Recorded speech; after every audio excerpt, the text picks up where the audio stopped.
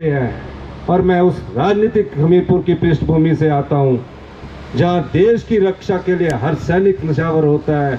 मैं भ्रष्टाचार को सबक सिखाने के लिए एक योद्धा की तरह लड़ूंगा। इन भ्रष्टाचारियों के सामने हथियार नहीं डालूंगा, इन खनन माफियों के सामने हथियार नहीं डालूंगा। और मैंने विधानसभा में बजट पास किया, ये फिर उठकर हरियाणा सरकार के अंदर चले गए। मैंने बोला ऐसी क्या नाराजगी होगी, बजट में भी नहीं आए।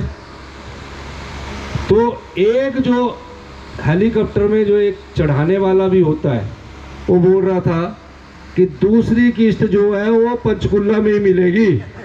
आधी किस्त मिली, कितनी मिली? आधी किस्त मिली। करे अब बताइए, अब कई बार आके बोल रहे हैं, आप बताइए, एक महीना आप हिमाचल की सीमा के अंदर नहीं आए। कहां नहीं आए? हिमाचल की सीमा के अंदर नहीं आए। क्यों नहीं आए? क्या कर रहे थे आप? क्योंकि जिस सौदे को ये इन्होंने किया था कि हमारे को जितना धन के लिए इन्होंने टैक्सी खरीदे हैं, अब उस धन को लाने के लिए कुछ तो ले आए हैं, बड़सर में भी बांट रहे हैं। खूब लूटना इनको, ये आपका पैसा है। खूब लूटना, आएगा बांटेगा, बोलेगा कि ये तो बोलना पाऊ कोई नहीं, बट वोट और देंगे तो समझो ज्यादा दे जा, ये तुम्हारा पैसा है। खूब लूटना, 15 करोड़ से ज्यादा लिए हुए हैं। 3 चुनावों में तो यही बोलते रहे मेरे पर कर्जा है, कर्जा है, कर्जा है। कोई कर्जा नहीं है। ये राजनीतिक मंडी में बिके हुए लोग हैं जो आपके वोट से विधायक बने, आपके वोट से चुनकर विधायक की कुर्सी पर पहुंचे, और जब कांग्रेस पार्टी के चुनाव चिन्ह पर विधायक बने और आपने राजनीतिक मंडी में बेचा। और जिस भारतीय जनता पार्टी ने जनता की भावनाओं से सौदा किया है, क्या आप ऐसी पार्टी को और ऐसे विधायक को माफ करेंगे? आप खड़े करके बताइए, नहीं करेंगे। सच में खड़े करके बताइए, दोनों हाथ। इनको सबक सिखाने का समय आ चुका है। मैं इसलिए नहीं कह रहा, मेरे जिले से तो 3 विधायक चुने हैं। मैं आपको वादा करता हूं, बड़सर की जनता को और हमीरपुर की जनता को, मैं आपके साथ हूं। आज तक मैंने कभी किसी के हस्तक्षेप नहीं किया था। मैं बड़सर भी कई बार आऊंगा, हमीरपुर के हर कोने में आऊंगा, हिमाचल प्रदेश के हर कोने में जाऊंगा। जो सुभाष डडवालिया जी कहेंगे, बड़सर की तस्वीर बदलूंगा। और मैं ये भी वादा करता हूं कि ये एक ईमानदार और स्वच्छ छवि का आदमी है। पूरी सरकार इसके साथ खड़ी है। मुख्यमंत्री के तौर पर आप ये सोचिए कि मैं ये चुनाव लड़ रहा हूं। मैं दूसरा बात एक और करना चाहता हूं आपसे। दोनों वोट सीएम को जाने चाहिए, दोनों वोट सीएम को जाने चाहिए। आप सीएम को दोनों वोट डालेंगे? रह जाता मेरे साथ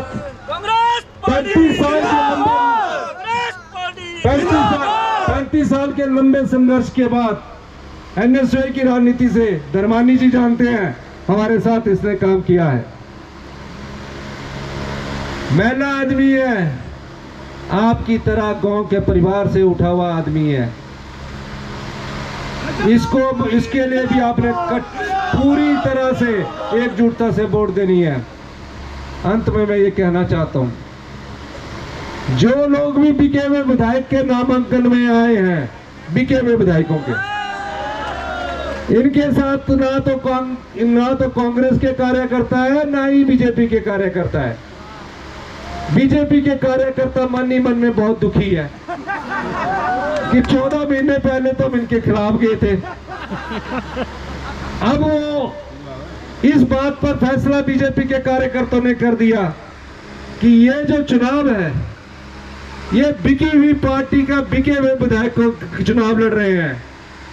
इसमें बीजेपी और कांग्रेस के कार्यकर्ता होकर जो भी लोग इन बिके हुए विधायकों के खिलाफ खड़े होंगे, चाहे वो किसी भी पार्टी के हैं, इन बिके हुए विधायकों को सबक सिखाने का, चाहे वो बीजेपी के कार्यकर्ता, चाहे कांग्रेस के कार्यकर्ता, उनसे अनुरोध करूंगा, इनको कभी भी विधानसभा के में न आने दीजिए। ये आपकी भावनाओं का सौदा करते हैं, ये आपके वोट का सौदा करते हैं। आपकी भावना और वोट का सौदा करने के बाद अपने लिए पैसा ढूंढते हैं। इसलिए ये कोई मेरी मुख्यमंत्री की कुर्सी का चुनाव नहीं है। अभी हमारे 1.5 साल पूरे हुए हैं। जयराम ठाकुर जी बार बार कह रहे हैं कि हमारे 1.5 साल पूरे हो गए हैं, 4 जून को हमारे सरकार बनेगी। 4 जून को हम 6 की 6 सीटें जीतेंगे और चारों लोकसभा सीटें भी जीतेंगे। ये मैं इसलिए कह रहा हूं, हमारे पास पैसा नहीं है, हमारे पास धन बल नहीं है, और इस बार लोकतंत्र की सबसे बड़ी ताकत जनबल है। क्या आप हमारे साथ हैं? धन्यवाद करेंगे भैया, जोर से बोलिए जिंदाबाद कांग्रेस। तो जहां आपने हमें 5 साल का मौका दिया है, 3.5 साल और हमारी सरकार है। हमीरपुर के जिले के लोग, मैं जानता हूं, जहां आप खड़े हो जाते हैं वहां हवा का रुख बदल देते हैं। और आज मैं आपसे ये पूछने आया हूं, क्या आप मेरे साथ खड़े हैं कि नहीं है? जब आप मेरे साथ खड़े हैं तो मैं कोई भी युद्ध है, जनता की ताकत से, हिमाचल की जनता की ताकत से उस युद्ध को जीतने की क्षमता हम रखते हैं। ये आम लोगों की सरकार है। धर्मानी जी के पिताजी भी हमारे स्कूल हेडमास्टर थे। ये हमारे सबकी माताजी गांव की महिलाएं हैं। 5वीं पढ़ने से आगे लोग देते थे, उस जमाने की बात है। हमारे को उन लोगों ने पढ़ाया है। आपकी पीड़ा हम जानते हैं। और मैं एक बात और कह देना चाहता हूं, बड़सर में अगले 3 साल में जो मांगोगे आप, जो रोजगार मांगोगे वो मिलेगा। आप सुभाष जटवालिया जी को जिता कर भेजिए। ऐसा सबक सिखाइए इस बिके हुए विधायक को। एक टैची इसकी बड़सर में आई है, पर छोटी आई है, वो बड़ी अभी उन्होंने रखी है, डर रहे हैं। वो टैची को संभालने के लिए भी इन्होंने केंद्र की सीआरपी पुलिस लगा रखी है। मैं इनको सुरक्षा देने के लिए तैयार हूं।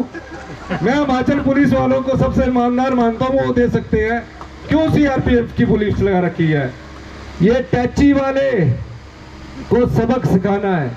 ये चुनाव हिंदुस्तान की राजनीति की दिशा और दशा तय करेगा। ये चुनाव भविष्य में कोई ना बिके उसकी दिशा तय करेगा।